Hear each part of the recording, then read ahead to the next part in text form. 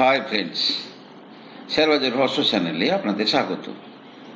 আশা করি আপনারা ভালো আছেন এবং সুস্থ আছেন। ফ্রেন্ডস, কালকের ভিডিওটা আমি জানি না, ভিউ তুলনামূলকভাবে কম হয়েছে, কিন্তু ভিডিওটার যে কন্টেন্ট, সেই কন্টেন্টটাতে কিন্তু আমি খুব স্যাটিসফাইড ভিডিওটা করি। অর্থাৎ মার্কেটে ঢোকার বা মার্কেট রিলেটেড টেম্পারমেন্ট তৈরি হওয়া ছাত্রের সংখ্যা এখনো পর্যন্ত তত বাড়েনি। মার্কেটে কেউ বলতে পারবে না মার্কেট কত দূর যাবে, মার্কেটে কেউ বলতে পারবে না মার্কেট কত দূর নামবে। মার্কেট চলে প্রবাবিলিটিতে। ধরুন, আমি বলছি যে হিস্টোরিক্যালি দেখা গেছে ফেড ফার্স্ট রেট কাট করার পরে 10% মার্কেট উপরে যায়। ইউএস যদি 10% উপরে যায়, ইন্ডিয়াও 10% উপরে যাওয়ার সম্ভাবনা প্রবল। কিন্তু তার মানে এই নয় তাকে যেতেই হবে। আবার মার্কেট 18 থেকে 19 পির পর্যন্ত নামে। মার্কেট 18 থেকে 19 পি অর্থাৎ আমাদের নিফটি 18 থেকে 19 পি পর্যন্ত নামে। তাহলে বর্তমানে 24 আছে। ধরুন কোয়ার্টারলি রেজাল্ট গুলো আসবে, রেজাল্ট আসার পরে আর্নিং পার শেয়ার নিফটি শেয়ারের বাড়বে, কিছুটা ভ্যালুয়েশন কমবে, প্লাস যদি সে 10% এখান থেকে যায়, তাহলে আপনাদের মাথার মধ্যে রাখতে হবে যে মার্কেট এখন যাচ্ছে, ধরুন আজকে নিফটি 25,700, সে কিন্তু যখন ফিরবে ঘুরবে সে কিন্তু 25,700 অনেক নিচে পর্যন্ত যাওয়ার সম্ভাবনা অত্যন্ত প্রবল। তাই আজকে 25,700 লেভেলে যারা কিনছেন, আমি নিফটি ভিত্তিক কথা বলছি, আপনাকে কিন্তু এর লোয়ার লেভেলে ও অনেক শেয়ারকে পেতে পারেন। নিফটির যে ম্যানেজমেন্ট, অর্থাৎ নিফটি 50খানা শেয়ার যে ম্যানেজমেন্ট, সেই ম্যানেজমেন্টটা কিন্তু অন্য ধরনের। বাট এটা হচ্ছে ওভারঅল মার্কেটটাকে ম্যাপ করার জন্য এইভাবে বোঝানোর চেষ্টা করা হয়। হোয়ারএজ শেয়ারের ক্ষেত্রে কিন্তু তার ডিফারেন্স আছে, ঠিক আছে? সুতরাং প্রবাবিলিটি কোনো ফিক্স আপনি পাবেন না।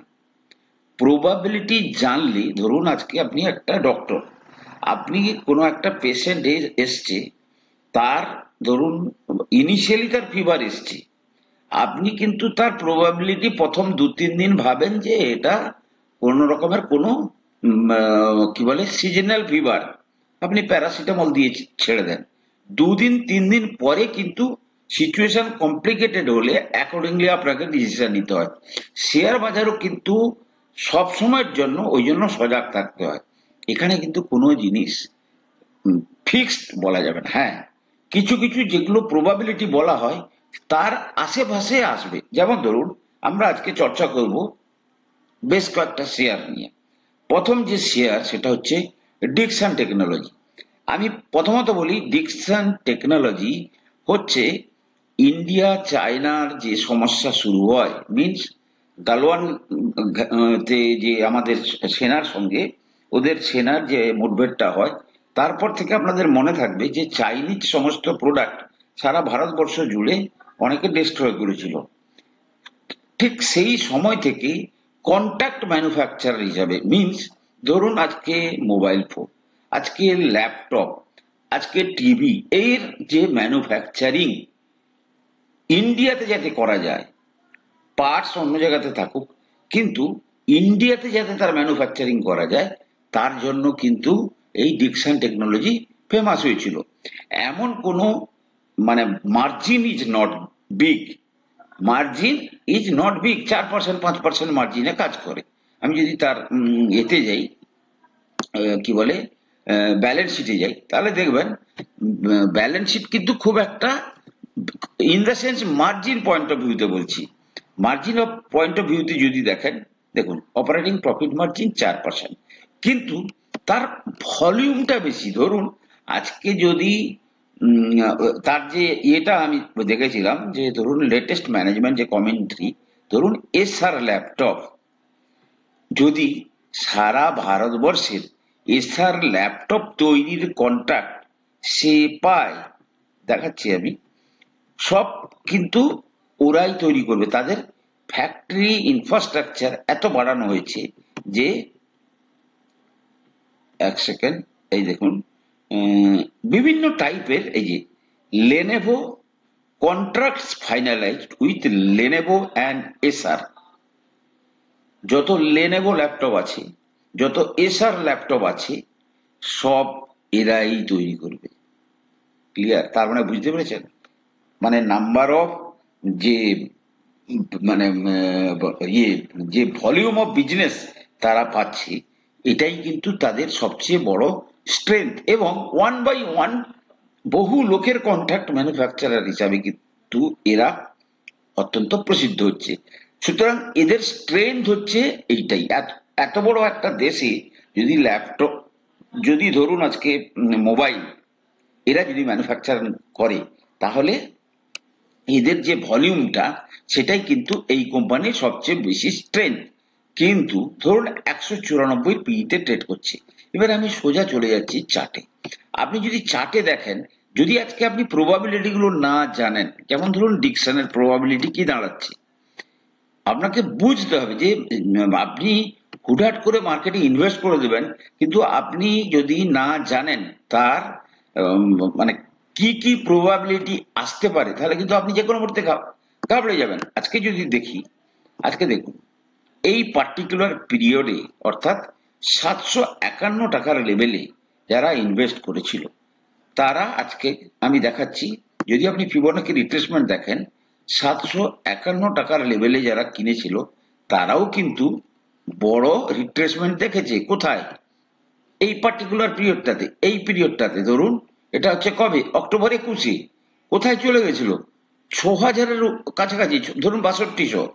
6200 থেকে সে কিন্তু প্রায় 2600-2700 পর্যন্ত এসছিল, মানে প্রায় 0.618 পর্যন্ত রিট্রেসমেন্ট দিয়েছে।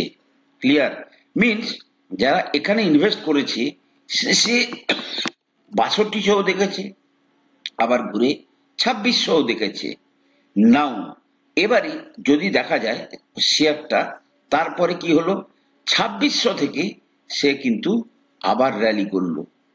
ক্লিয়ার?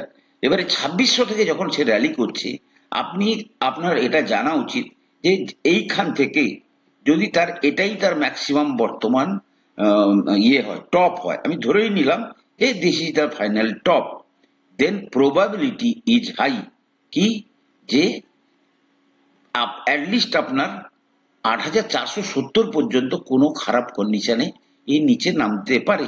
সো এই প্রবাবিলিটি যদি আপনার মধ্যে না থাকে, তাহলে কিন্তু আপনি তো মার্কেটে থাকতে পারবেন না। নাও কোশ্চেন হচ্ছে, তাহলে এই যে আপ মুভটায় যারা কিনেছে, এই মুভটাতে আর এই মুভটাতে যারা কিনেছে, তাদের মধ্যে পার্থক্য কি? ধরুন যারা এই সমস্ত লেভেলে কিনেছে, 1200 লেভেলে কিনেছে, সে আজকে 14,000 দেখছে। মিনস তার ধরুন কি বলে 1000% বেড়ে গেছে, 10 গুণ হয়ে গেছে তার টাকা। আজকে যদি তার টাকা ধরুন আরো 3-4 গুণ নেমে যায়, তার কি কোনো কিছু মনে হবে? তার কিছু মনে হবে না। মনে হবে কার? যারা এই সমস্ত জায়গায় এন্ট্রি নিয়েছে। তাই আমি আপনাদের বলেছি যে মার্কেটে ম্যাচুরিটি আসতে গেলে আপনাদের 3-4 বছরের হোল্ডিং পিরিয়ড দরকার। কারণ ততদিনে আপনি অনেক শেয়ারে ধরুন 4 গুণ 5 গুণ পর্যন্ত প্রফিট পেয়ে যাবেন। তখন কিন্তু আপনার ওয়েট করতে সুবিধা হবে, মার্কেটটাকে বুঝতে পারবেন। তাহলে আজকে কি যারা ইনভেস্ট করছেন তারা যদি এইটা না জানেন, দেখুন যেতে চাইলে অনেক উপরে যেতেও পারে, নোবডি নোজ। কিন্তু আজকে যদি মান্থ অন মান্থ ভিত্তিতে দেখেন, কবে থেকে র্যালি চলছে, মানে মে 23 থেকে আজকে সেপ্টেম্বর, তার মানে কত, প্রায় 18-19 মাসের র্যালি চলছে। আর মার্কেট সেক্ষেত্রে 3-4 মাস আরামসে কারেক্ট করলেও করতে পারে। তাহলে এগুলো কিন্তু মাথায় রাখতে হবে। কিন্তু আপনি হঠাৎ কারেকশন দেখলে যেন আপনি ঘাবড়ে না যান, সেটাই হচ্ছে মূল বিষয়, যেটা আমি আপনাদেরকে বোঝানোর চেষ্টা করছি। সুতরাং যারাই ধরুন আজকে ডিকসন টেকনোলজিতে নতুন ইনভেস্ট করতে চাইছেন, আমি বলবো যে this is not the time to invest. Even এটাও বলবো না যে আপনি যারা ধরুন 10,000 11,000 লেভেলে ইনভেস্ট করেছেন বেরিয়ে যাওয়ার কথা বলবো না। কারণ কি, আপনার মার্কেটে টেম্পারমেন্ট তৈরি হওয়ার দরকার আছে। ধরুন আপনি 24 থেকে 28 পর্যন্ত ওয়েট করুন। আপনি ব্যাংকে টাকা রেখে 11 বছর টাকা মানে ফেলে রাখান ডবল হওয়ার জন্য। আপনি সেই জায়গায় 24 থেকে 28 মধ্যে দেখবেন সে আবার এরকম ঘুরে আবার উপরের দিকে চলে গেছে। নাও যেতে পারে, আবার এরকম নাও আসতে পারে। দ্বিতীয়ত, এই শেয়ার যদি আপনি এর হোল্ডিংটা দেখেন, কে কে হোল্ড করে রেখেছে আপনি দেখুন।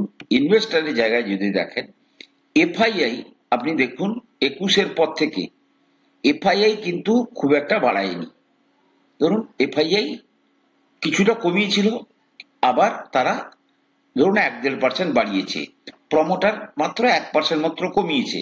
কিন্তু ডিআইআই যদি দেখেন 21 সালে 7.60 ছিল, আজকে তাদের হোল্ডিং কত 27-28%। বুঝতে পেরেছেন? তার মানে এই যারা আজকে এই সমস্ত জায়গা থেকে হোল্ড করে রেখেছে তাদের টাকা 10 গুণ হয়ে গেছে, তারাই কিনে নিয়ে যাচ্ছে এবং তারা দীর্ঘদিন থাকবে। তাদের তো বিক্রি করার কোনো তাড়া নেই।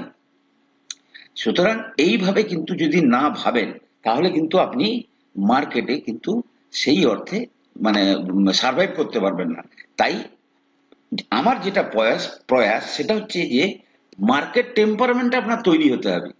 আপনি আপনার মধ্যে মার্কেট উঠলেও যেমন আনন্দ হওয়া উচিত নয়, মার্কেট পড়লেও তেমন দুঃখ পাওয়া উচিত নয়। Because you know the actual facts of the market.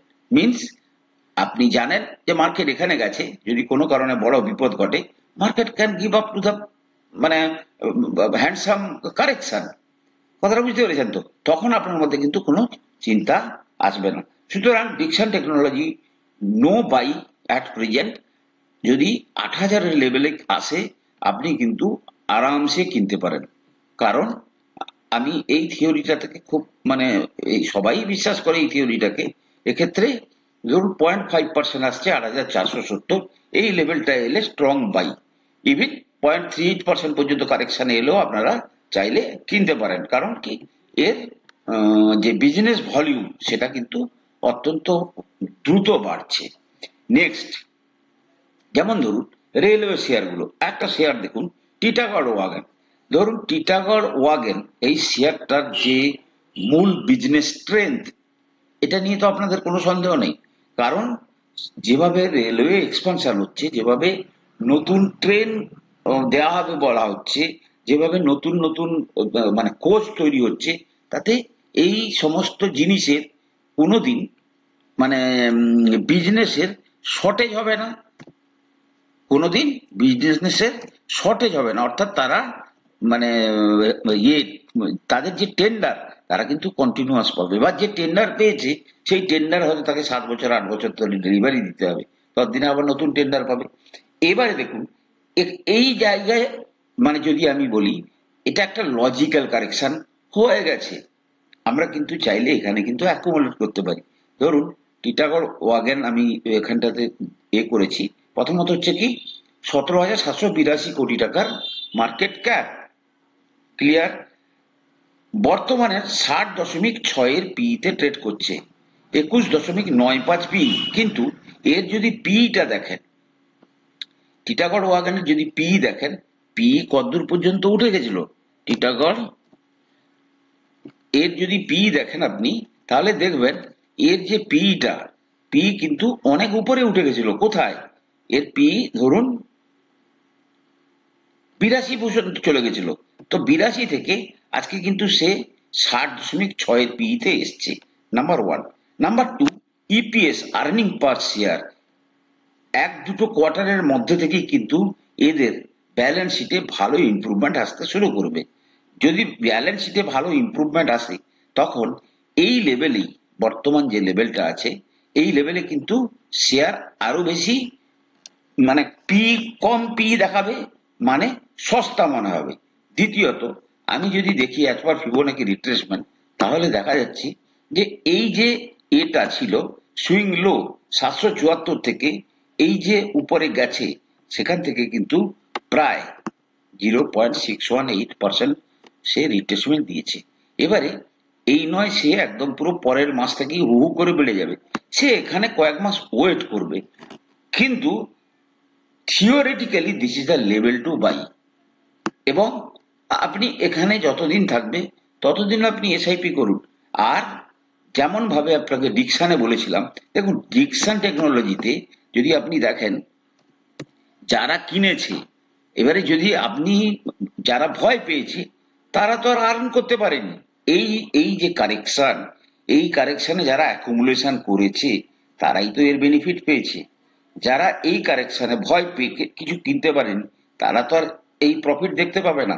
সুতরাং একইভাবে দেখুন, মার্কেটের সব ধরনের সম্ভাবনা থাকবে, কিন্তু আপনাকে কিন্তু আপনার সিদ্ধান্তটা কিন্তু নিজেকে নিতে হবে। এটাই হচ্ছে ওই জন্য বলা হয় যে মার্কেটে কি করে খেলবেন, খেলাটা কিন্তু আপনার। সম্ভাবনাগুলো বড়জোর আর কেউ বলে দিতে পারে। সুতরাং টিটাগড় ওয়াগন মানে একটা অ্যাকুমুলেটিং জোনে চলে এসছে, বিজনেসের কথা মাথায় রেখে। আরবিএনএল আমি বলেছি ধরুন 94 পর্যন্ত চলে গেছিল পিই, 84 পিইতে চলে এসছে, 1,13,474 কোটি টাকার মার্কেট ক্যাপ। আমি কিন্তু আরবিএনএল কে খুব একটা অ্যাট্রাকটিভ জায়গা বলে মনে করছি না। 6.45-এর পিই, দেখুন এই সরি ইপিএস, 6.45-এর ইপিএস এই সমস্ত কোম্পানিতে কিন্তু খুব দ্রুত পরিবর্তন হতে পারে। মিনস যদি আজকে 9 হয়ে যায় ইপিএস, তখন কিন্তু পিই ফট করে কমে যাবে।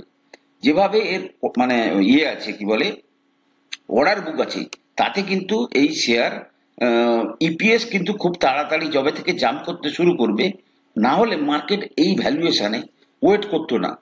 তাও আমি সতর্কতা হিসাবে আমি বলবো যে আরবিএনএল এখনো পর্যন্ত সিদ্ধান্ত নেওয়ার সময় আসেনি, কিন্তু আরবিএনএল অত্যন্ত ভালো শেয়ার এবং মনোপলি, এ যে যে রেল লাইন পাতার কাজটা করে এ কিন্তু একাই করে।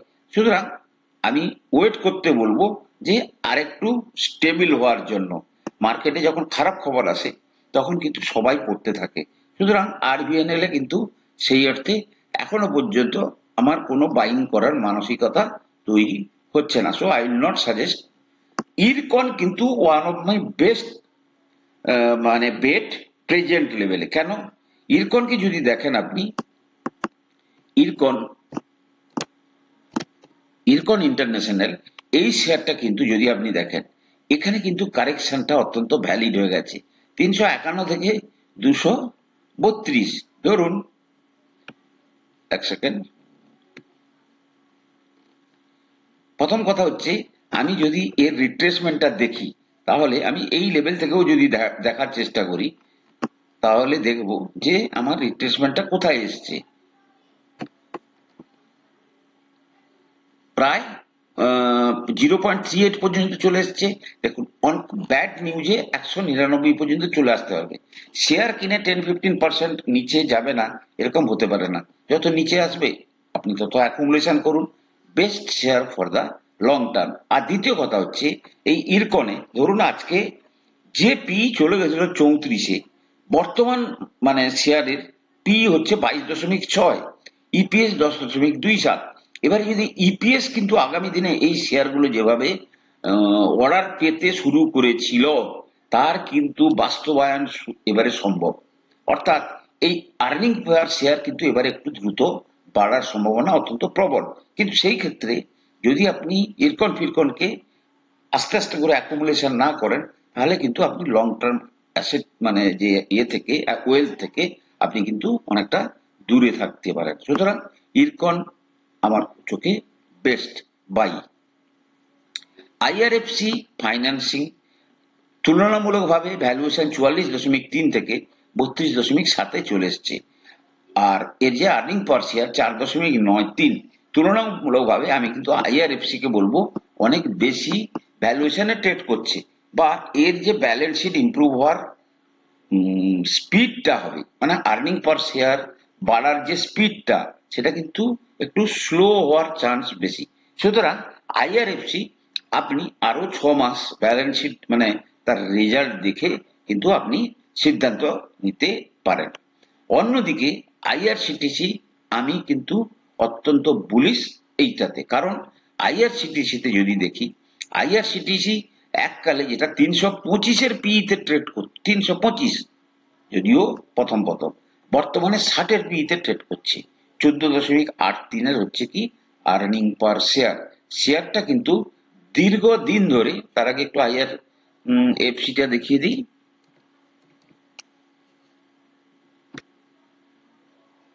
ওকে, আইআরএফসি কারেকশন দিয়েছে, but I will wait for some more correction.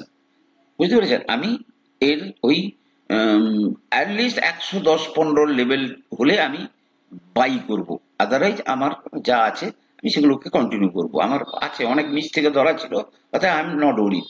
সুতরাং বা আমার অনেক উপরেও বিক্রি করা আছে কম বেশি, 220-22-এও আমি 23-24-এও বিক্রি করেছি। সুতরাং আমার সেটা নিয়ে চিন্তা নেই। সুতরাং একে আমি কিন্তু এত তাড়াতাড়ি বাই করব না।